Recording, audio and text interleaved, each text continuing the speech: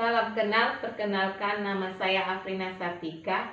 Saya bertugas di SMP Negeri 3 Pinggir. Di dalam video pembelajaran ini saya akan menampilkan materi pembelajaran berjudul Interaksi Sosial Disosiatif.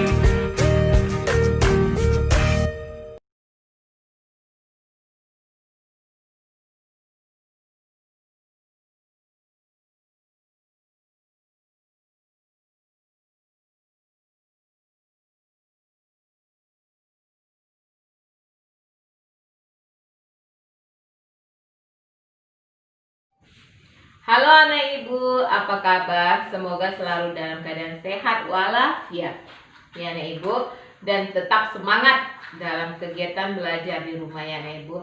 Kurangi juga aktivitas di luar rumah. Jika harus keluar rumah, ingat 3 protokol kesehatan, yaitu 1. Jangan lupa selalu menggunakan masker. 2. Jaga jarak dengan orang lain. 3. Cucilah tangan sesering mungkin. Dan anak ibu jangan lupa menjaga pola makan, rajin makan sayur dan buah yang banyak mengandung vitamin C supaya daya tahan tubuhnya meningkat, sehingga anak ibu kebal akan virus corona. Pada pertemuan kali ini, kita akan mempelajari bentuk-bentuk interaksi sosial disosiatif, ya anak ibu, di mana tujuan pembelajaran kita adalah yang pertama, memahami pengertian interaksi sosial disosiatif, ya anak ibu. Yang kedua, memahami bentuk-bentuk dari interaksi sosial disosiatif. Dan yang terakhir atau yang ketiga adalah mengetahui contoh-contoh dari bentuk interaksi sosial disosiatif di berbagai bidang kehidupan, seperti bidang ekonomi, bidang budaya, dan bidang politik. Pada pertemuan sebelumnya, kita sudah mempelajari yang namanya interaksi sosial. Anak ibu sudah mengetahuinya. Apa itu interaksi sosial? Ayo jawab sama-sama.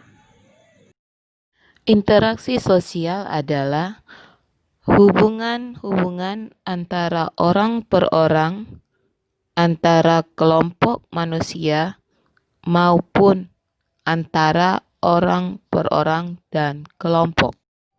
Salah satu bentuk interaksi sosial yang sudah kita pelajari adalah interaksi sosial asosiasi.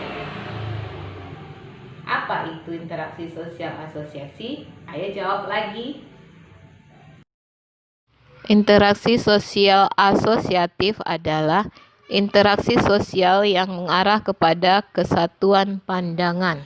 Ada 3 bentuk interaksi sosial asosiasi yang sudah kita pelajari pada materi sebelumnya. Apa saja itu 3 bentuk interaksi sosial asosiasi itu yang sudah kita pelajari?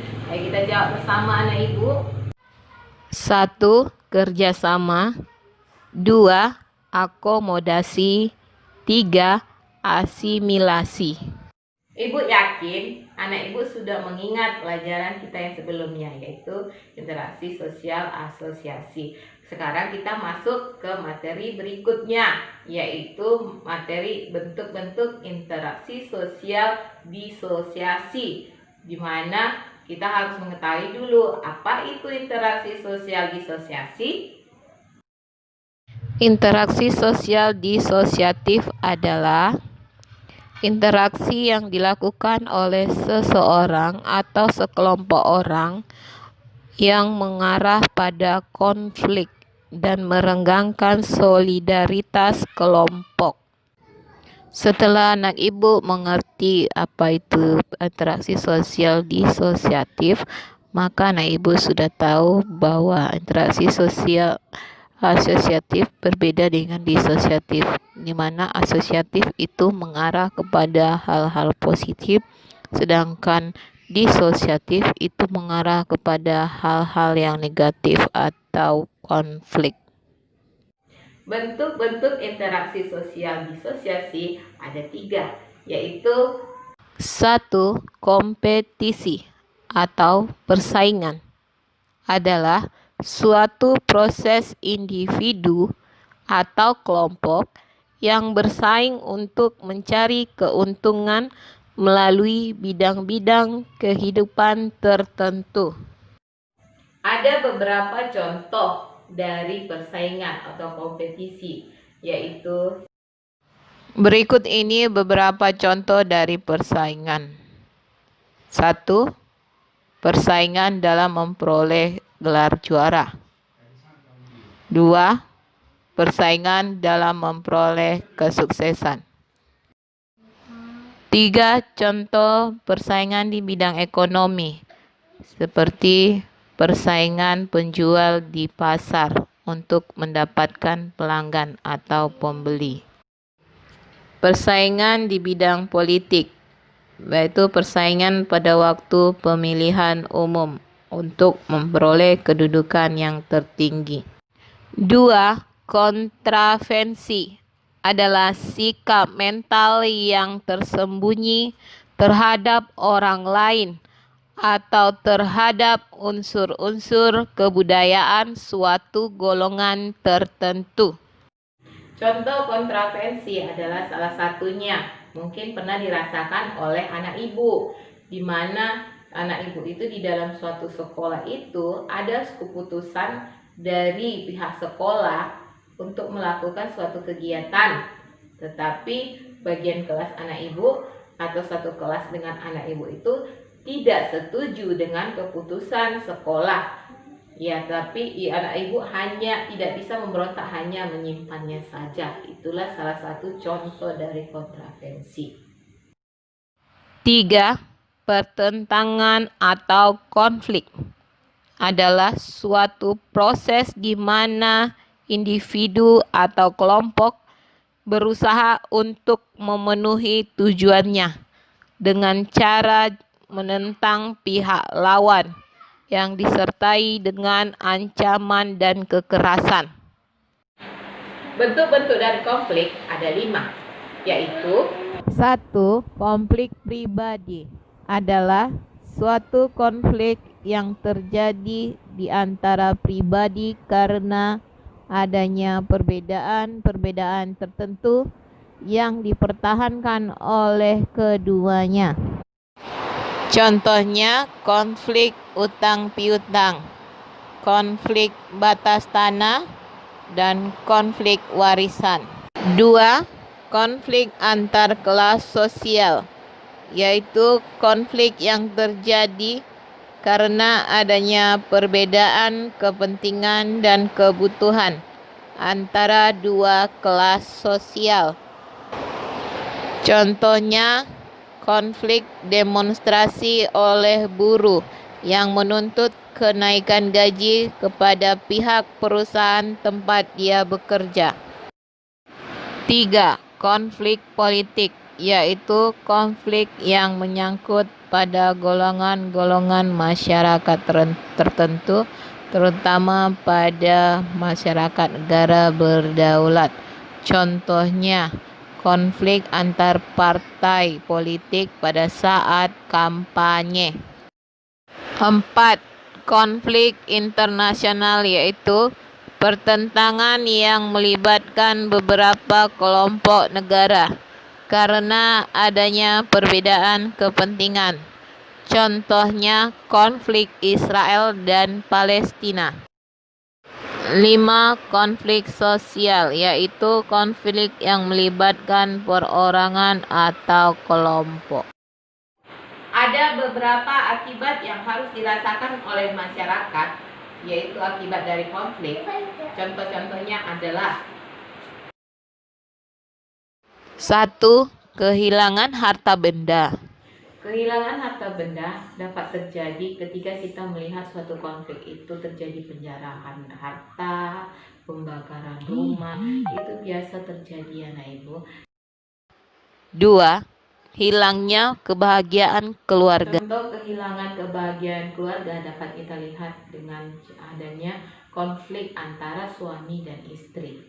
Jika terjadi konflik itu semakin parah, maka tidak jarang terjadi yang namanya perceraian. Terjadinya perceraian itu akan mengorbankan kebahagiaan anak dan rumah tangga kita akan hancur. 3. Banyaknya nyawa terenggut secara paksa. Konflik juga tidak jarang itu dapat mengorbankan nyawa orang-orang yang tidak bersalah.